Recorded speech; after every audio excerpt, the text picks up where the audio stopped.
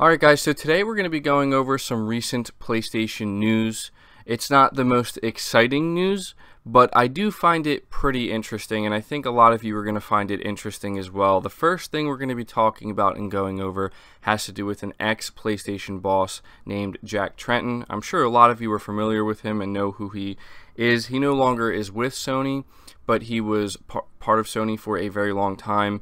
A lot of you may remember him as the person during E3, I believe it was 2013, or whenever they announced the PlayStation 4, he was the person that was letting us know that, you know, it's going to be offline and it's going to support, you know, used games and all this stuff, and it got the big cheers and the big applause and really just kind of set the tone for the generation. That's the person we're talking about here.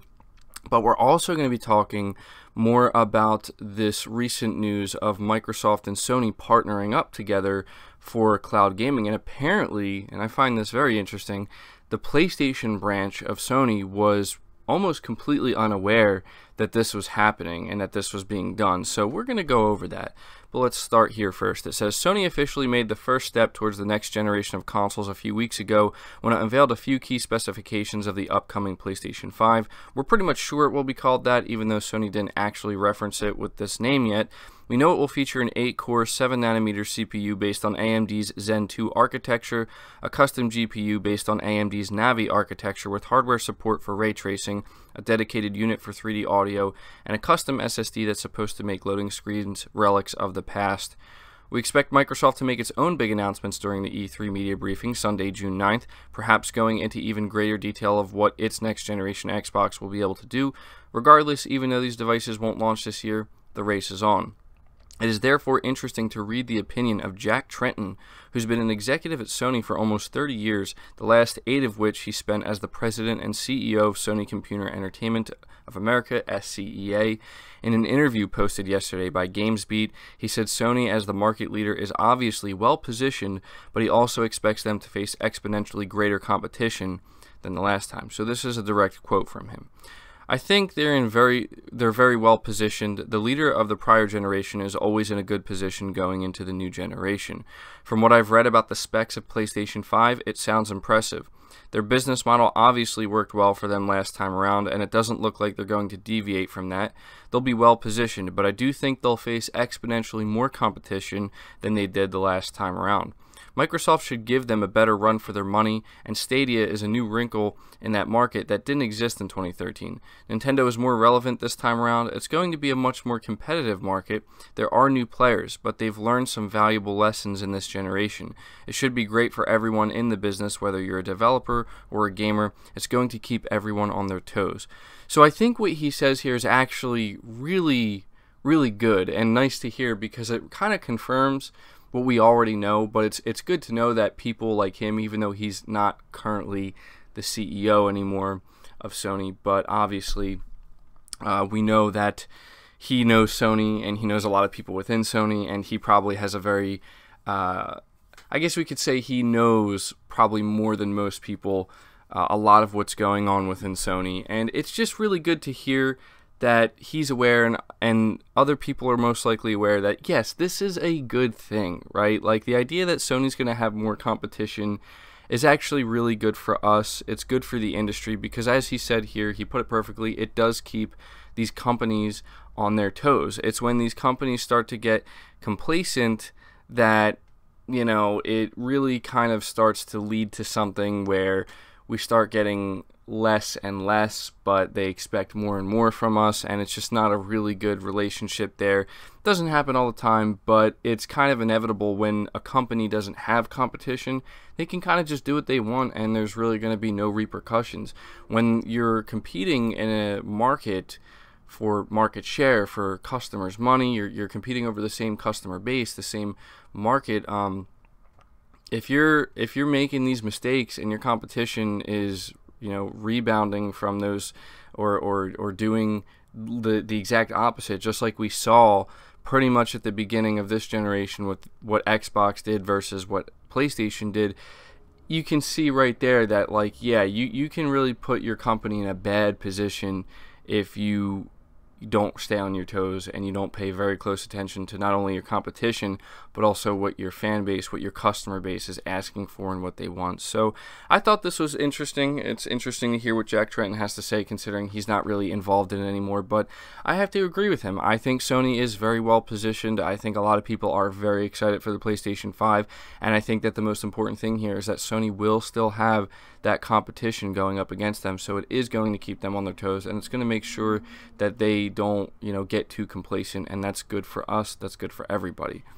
But moving on from that, we are going to talk a little bit here about this recent collaboration between Sony and Microsoft, and how apparently the PlayStation team's involvement was almost non-existent. So it goes on to say, Microsoft and Sony announced last week that both companies would be collaborating together for cloud-based gaming. The collaboration would see Sony using Microsoft Azure for its streaming services, which also extends to Azure AI. Despite how strong of an impact this has on gaming, however, the deal took the PlayStation team by surprise.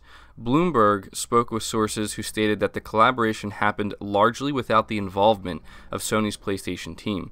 Negotiations began last year, and senior management in Tokyo has handled everything till now. The surprise was much that managers had to calm workers and assure them that the plans for the company's next-generation console weren't affected. Sony has yet to confirm that its PlayStation team wasn't in the loop. Microsoft wasn't the only company Sony was talking to. Last year, it sought a collaboration on cloud gaming with Amazon. Both sides couldn't come to an agreement, though. The reason for Sony seeking a partnership in the first place is because, as per Bloomberg, the company realized that its own infrastructure wasn't enough, especially if cloud gaming started to make strides.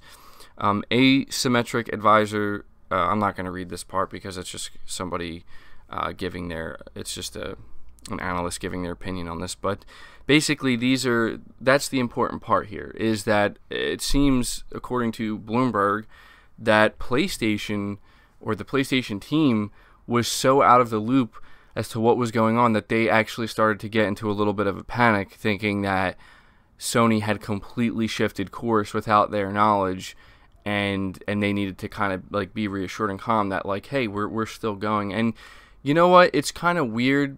I don't really know why Sony would do that. Maybe it's because they didn't want, any potential leaks. They didn't want to let,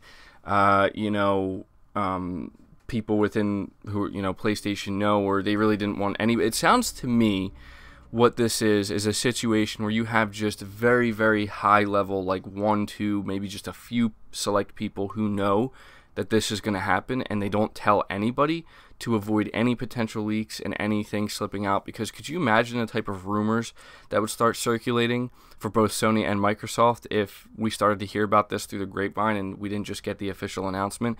It would have been insane. And I think both Sony and Microsoft would certainly want to avoid that. It's very interesting to hear that Sony did go to Amazon, and this is some speculation I did, and I think some other people have done, where, like, you think, why did Sony choose to go with Microsoft? Was it because Amazon didn't want to work with them? I mean, it says that they weren't able to reach an agreement, and that could really mean anything. That could mean that Sony wanted something out of it that Amazon wasn't willing to give. It could mean that Amazon wanted something out of it that Sony wasn't willing to give. It could definitely be that situation, and you would think that if there was any company that would not be able to reach an agreement with Sony, it would be Microsoft. But here we are, the literal opposite of that happened. We have these two companies working together. So yeah, I think it's a good thing. As I told you before, I'm not that interested in cloud gaming, at least not right now. It's just not something that appeals to me. But there's no doubt denying that it's something we're going to have to pay attention to. We're going to see how it progresses. And it's just really interesting to think that, like, the PlayStation team was kind of left out of this, and it's hard to say why. I mean, they know now, right? And the article said here, the executives are out here basically letting the PlayStation teams know that, listen, our plans haven't changed, and it makes you really kind of start to understand the nature of this type of deal, where this really is a long-term play. This is something that Sony's doing to ensure that in the long term, if cloud gaming really does take over and hardware does actually get to a point where they can't sustain a profitable business model on hardware, on PlayStation hardware, they need something to be able to fall back on. So it's totally understandable. It's actually pretty smart business-wise. When you're running a company, you have to be able to think long-term. You have to be able to think beyond the PlayStation 5, potentially even beyond the PlayStation 6, if there's going to be a PlayStation 6, which I hope there is, right? I'm sure there will be. Sony's been known to make hardware even when it's not really relevant anymore. But like you think, like Sony's the type of company, believe it or not, that still makes, like Walkmans or MP3 players, right? But they sell them for an absurd price because it's for a very, very small market that still wants it. Who knows? Maybe in the long term, that's what PlayStation will end up being. Hopefully not anytime soon, though. Either way, I found this stuff incredibly interesting, especially this last part here. I mean, what do you think the reasoning is that Sony's PlayStation branch was largely left out of the conversation? You think it's because of what I think? Is it because they wanted to avoid leaks? They didn't want people start talking and whispers going around and things starting to come out before this was officially announced? I think that's most likely because think about it. Like, they know that they're going to learn about it, right? But they'd rather just have them learn about it the same way everybody else did. Like, hey, listen, this is what we're doing. And it's a future play, and it's clearly not going to change any plans for the PlayStation 5 and what they have in place for next generation, but it certainly is going to affect the long-term future of PlayStation and the competition between Sony and Microsoft and these other players who are now getting involved in the game. So yeah, leave your thoughts about this stuff down in the comments below. What do you think about Jack Tretton's comments on the next generation? Do you agree with what he has to say, where PlayStation's, well poised, they're in a good position, but they're going to have a lot more competition? And what do you think about the information with the Sony and Microsoft deal? Let me know your thoughts down below. Be sure to leave the video a like if you did enjoy it. If you enjoy the content, really helps out. Subscribe to the channel if you're new. Be sure to hit the bell notification icon, and feel free to share the video out on top of all that. But until next time, guys, take care.